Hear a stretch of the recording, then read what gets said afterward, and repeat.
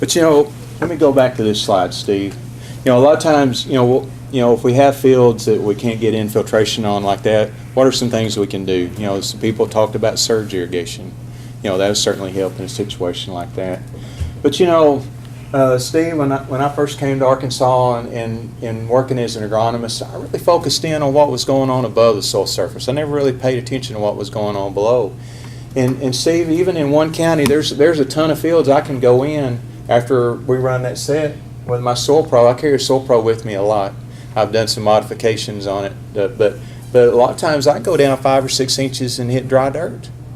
And then I go to some other farms where they've done cover crops and they've done a lot of rotation. Some of them grow peanuts, so they've used gypsum and all those. And I can poke a hole after irrigation 14, 16 inches deep, and I've got good moisture all the way down. And then when I pull that soil core out and look at it, I look at it deep, and I can find big old cotton roots down there, so I can find roots down there.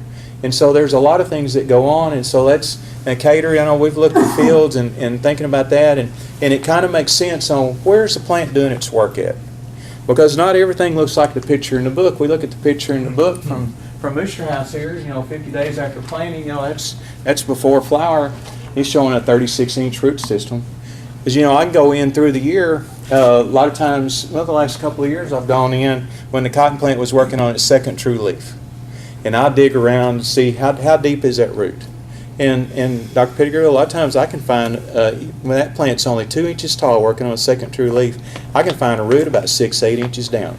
A lot of times I can find a tap going down that much. And then as somebody in one of the other sessions asked about a penetrometer going out and seeing how moist or how soft the soil is or where compaction is. A lot of times before we run the planter, I can take a 3-foot rod, sink it all the way down. Right after planting, I can do the same thing. But about squaring on cotton, we start building, in a lot of these soils that I work in are silt loam soils. We start running into compaction. It starts getting hard about 3 inches, but it gets hard about 6 inches, that 3 to 6 inch area. So when we get into squaring, that really starts to set up. And then if we don't get any big catch-up rains, and all we have is irrigation, by the time we get to flowering, there's a hardpan at 6 inches that I can't get a penetrometer through. It's hard as a brick. So then when we get into that situation, when we get that hardpan, it's at 6 inches, unless we get a really, really big rain, we can't get water down below that. And Jay, it makes me sick at my stomach to go out into a field right after we run a pivot and you poke a hole in the ground with a soil probe and you got dry dirt at 4 inches. It just didn't do anything for us. So a lot of things don't always look like the picture in the book, does it, Steve? And so I think it's important for us as producers and as consultants to know where our cotton plant's working. I really feel like if we could do a better job of farming the top foot, I know you go in the Midwest, I feel like there's a really big benefit to farming that top 3 foot.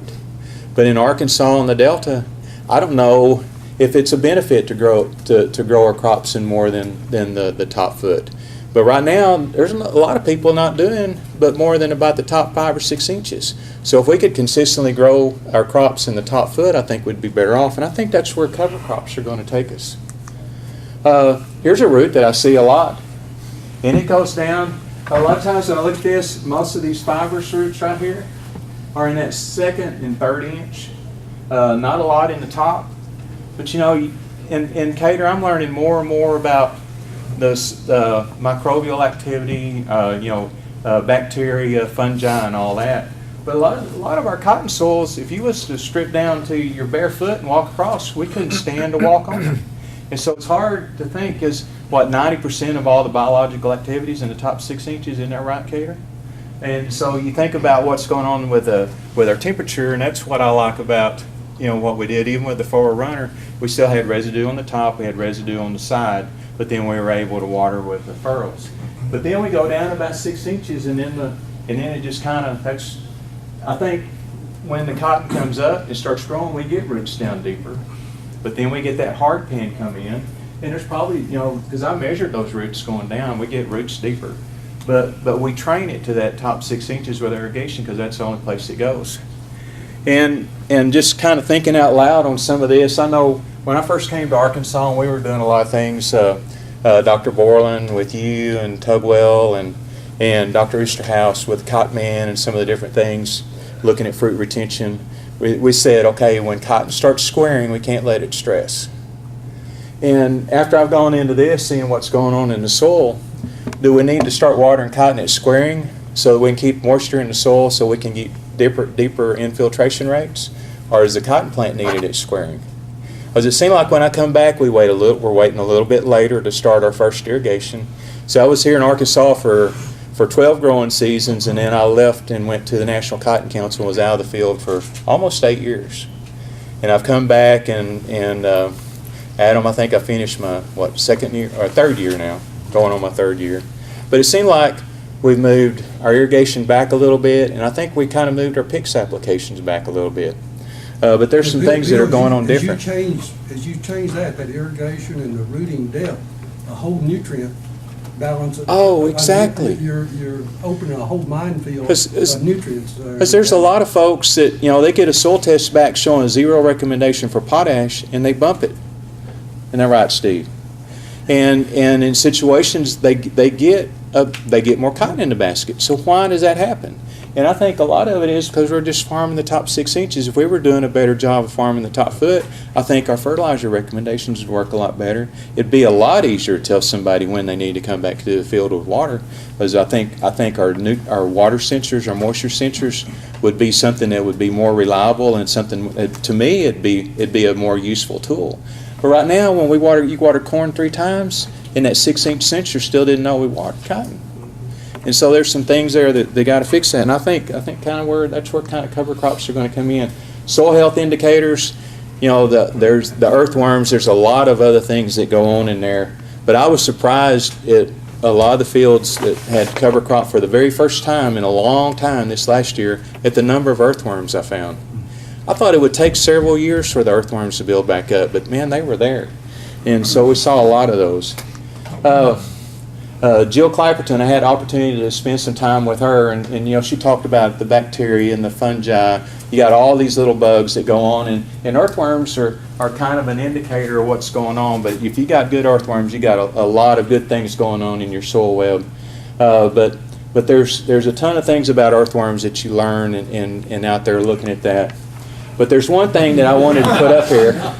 Yeah, what does your underwear tell you about your soil? This guy's from Canada, Blake Vince. But you need to get on Google and Google soil your undies. And he goes through talking about what's going on. But there's a test where they take a certain size of cotton cloth, put in the ground, leave it for X amount of time, and then they see how much force it takes to tear that. So what does that tell you?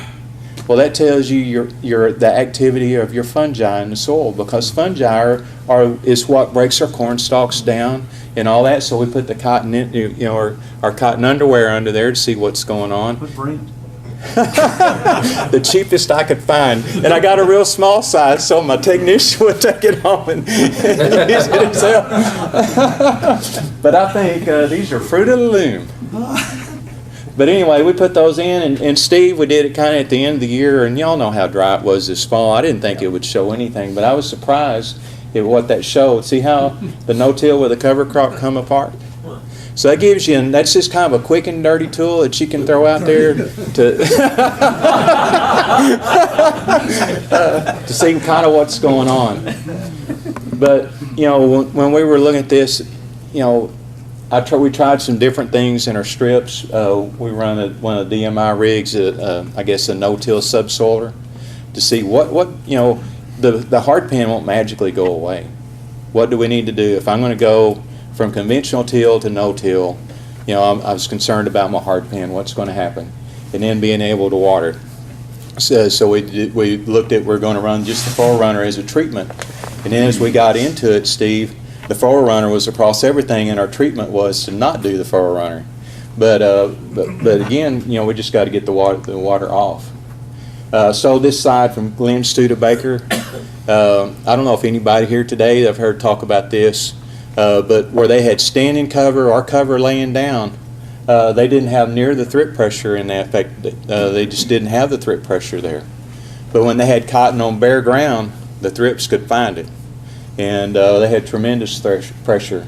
And so they saw a difference in weed management too. But, when we get into this and thinking, I know Tim Smith is one that I think the first one that introduced it to me. He said, Bill, why do we grow cotton on beds? And I hadn't really thought about it. But Dr. Pettigrew, before the meeting we talked about, when yield monitors and all first come out, we thought, okay, we're gonna learn a lot about what's going on. And the very first yield monitors on pickers showed me is where my good drainage was and where my poor drainage was. Because the poor drainage areas are the ones that were all red. And so I think it's more important to get water off the field than it is to get on the field. I know certainly we grow cotton on beds to get water on, but I think getting water off is the most important because cotton doesn't tolerate saturated conditions. And cotton, for the most part, can take it pretty dry or it can take it pretty wet, but it didn't go to the extremes back and forth. So if we're just growing cotton in the top 6 inches and looking at irrigation cycle where all the roots are, it goes from one extreme to the other pretty quick all the time, and so it kind of confuses the plant, I think. But a healthy soil, has increased, with the cover crop, we're helping, something living out there to help us develop more roots, more soil structure. It gets on water infiltration, improves our internal drainage. And Tim was talking to me, when we talk about why we grow cotton on beds. We grow cotton on a big, huge bed. Why? Because we have very little internal drainage. So external drainage is all we have. So we have to have a big bed to get it off. But when we improve our internal drainage, then we don't need nearly as much external drainage to take care of what we need. And that's why I think that little plow thread or something, there's, Adam, you've got a variation from that you use, or run the middles with a crop maker. I've heard people talk about something just to be able, we need a little help getting water off when we improve our internal drainage. Steve, this kind of gets us back. If you want me to go through these results, or go ahead. Okay. But kind of what we saw working with Steve, and I've heard other speakers today talk about this, that the water moves slower down the field. And in Steve's, it seemed like we got the best yield responses when it was dry, because a lot of times on Steve's, the first water, and I know a lot of y'all have been on silt loam soil, the first water and it soaks up pretty good. But then the second water and beyond that, it just slicks off and it runs off, and you have a hard time getting it soaked in.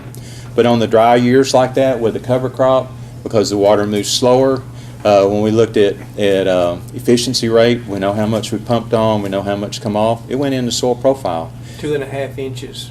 Yeah. What we were getting with cover crop. So almost double what you were getting on the other side of the field. And so that just on a dry year, that we got a really huge yield benefit from that.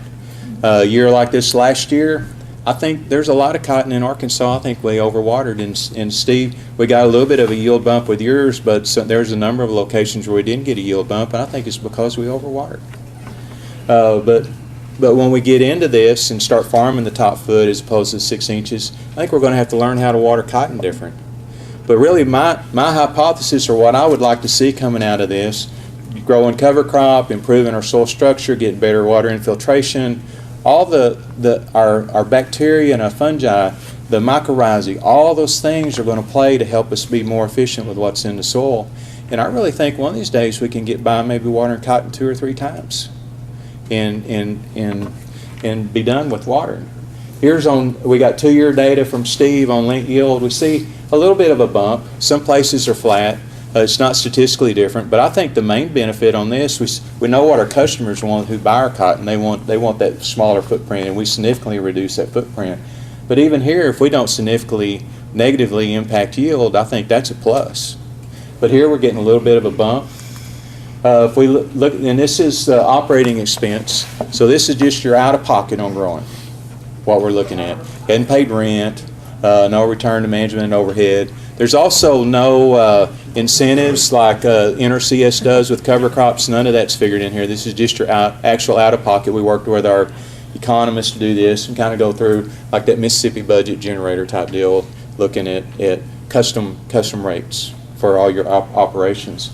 We saw over 2 years a 6 cents per pound advantage to the no-till with cover crop, and a lot of there's some different, in some producer fields right now, we might spend a little more money an acre with no-till cover. Some places we spend a little bit less. A lot of situations like there at Steve's, we're kind of tied in a situation where we water one side, we have to water the other side. I really feel like in a couple of situations this year, we were locked into irrigating, and I think we would have been better off if we could have held off. But kind of the way things are set up, and you get out in the real world, you got to do it the way it is. But I think down the road, some people have talked about saving water, and I believe that's realistic. When we get in a show, we have a picture of that no-till subsoiler, and as we get into the year looking at penetrometer readings, they just kind of fade away. And I talked to, and it's to me, I'm kind of a little bit embarrassed to say that the research is a long ways behind the farmers that are doing this. But the farmers that are doing this for a while say, Bill, I don't feel like I need to do deep tillage with my cover crops. And my data is kind of leaning toward backing up what they're saying. And so if you look at, cereal rye, I like cereal rye. We're just doing a single cover crop. The main reason is, we're trying to kill multiple birds with one stone, looking at pigweed control. But it's a deep-rooted cereal crop. It's one that's pretty easy to terminate. But I feel like as an extension person, I want to get this technology out. And then Steve has the flexibility, if he wants to try tillage radishes or he wants to try clover, he can expand on that and then develop a system that works best for him.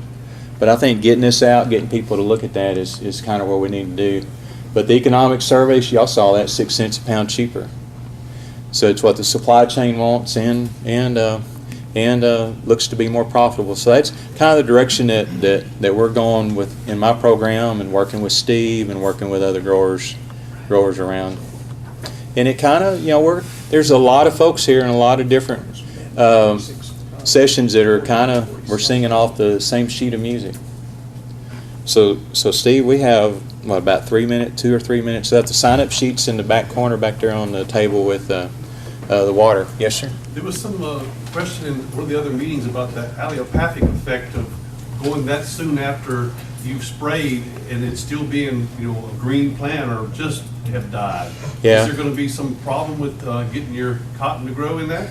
Now, see, the allelopathic compounds, that's something I had a lot of questions about. And I talked to Jason Norsworthy up on campus, and he talked about different ryes he felt would give different levels of allelopathic compounds.